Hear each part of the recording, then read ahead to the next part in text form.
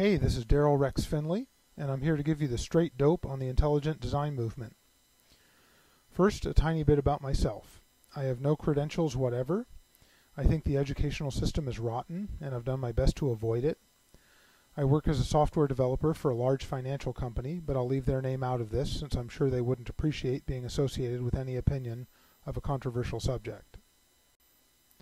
I've come to the conclusion that any description of what the intelligent design movement is about has to start with an analysis of personal motives, because the issue is so charged with these motives that it's almost impossible to discuss it rationally without first clearly identifying the motives and determining their relationship to the issue. I think maybe 99.999% of people who have an opinion about the intelligent design movement have a strong personal motive to take the position they're taking. Everybody wants something. There's no such thing as objective scientists who are dedicated to the pursuit of verifiable truth. Scientific progress comes about as a happy side effect of each person's pursuit of their desires and motives. I'm going to make a simple 2x2 grid here. The horizontal axis will represent religion, pro-religion, and anti-religion. The vertical axis will represent evolution, pro-evolution, and anti-evolution. So this gives us 4 distinct categories to define. Let's start right here. This square is pro-religion and anti-evolution. We'll call it fundamentalism, also known as biblical literalism or scripturalism. Duane Gish might be a good representative of this position. In the diagonally opposite corner, we have the fusion of anti-religion and pro-evolution. We'll call these people the atheist Darwinists. Richard Dawkins and Daniel Dennett probably are good examples of this category. Over here in this corner we have pro-religion and pro-evolution. This is the category of the theistic evolutionists. Michael Dowd and Ken Miller typify this position. That leaves one more square, anti-religion and anti-evolution. This is the most obscure category, one that most people aren't even aware of. It doesn't even really have a name. Sometimes I think I might be the only person in this category, but in a world of 6 billion people, that doesn't seem likely. For now, we'll leave the square unnamed, and then think of something to call it later. Before we can do that, we need to understand a bit more about how the other 3 categories work.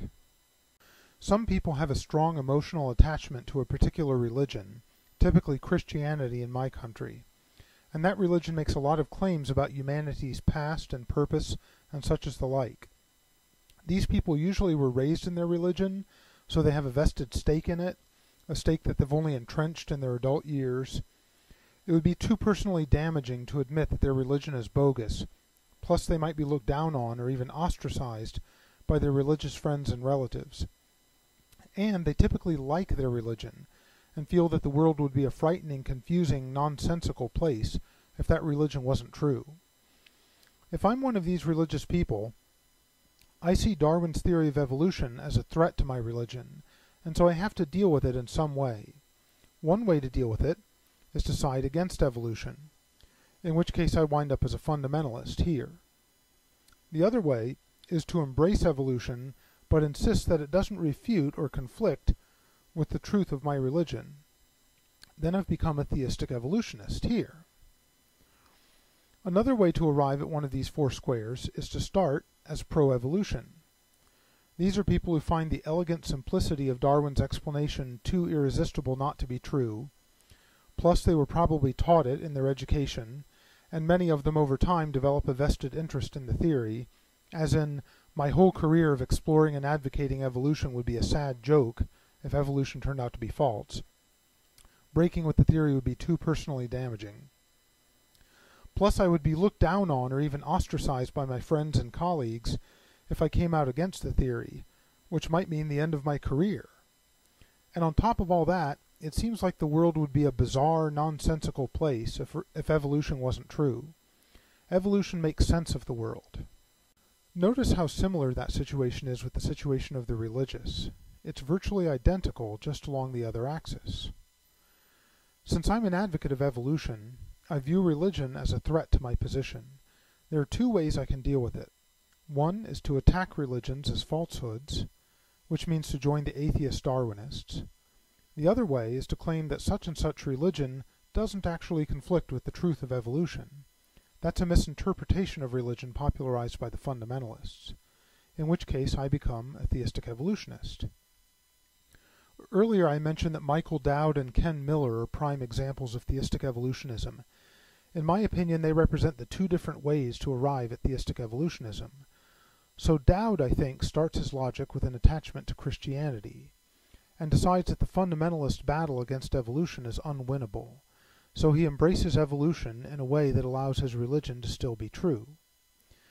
Miller, I suspect, is representative of the person whose first priority is a strong affinity for evolution, who decides that the atheist Darwinist battle against religion is unwinnable, and so embraces Christianity of a form that still allows evolution to be true.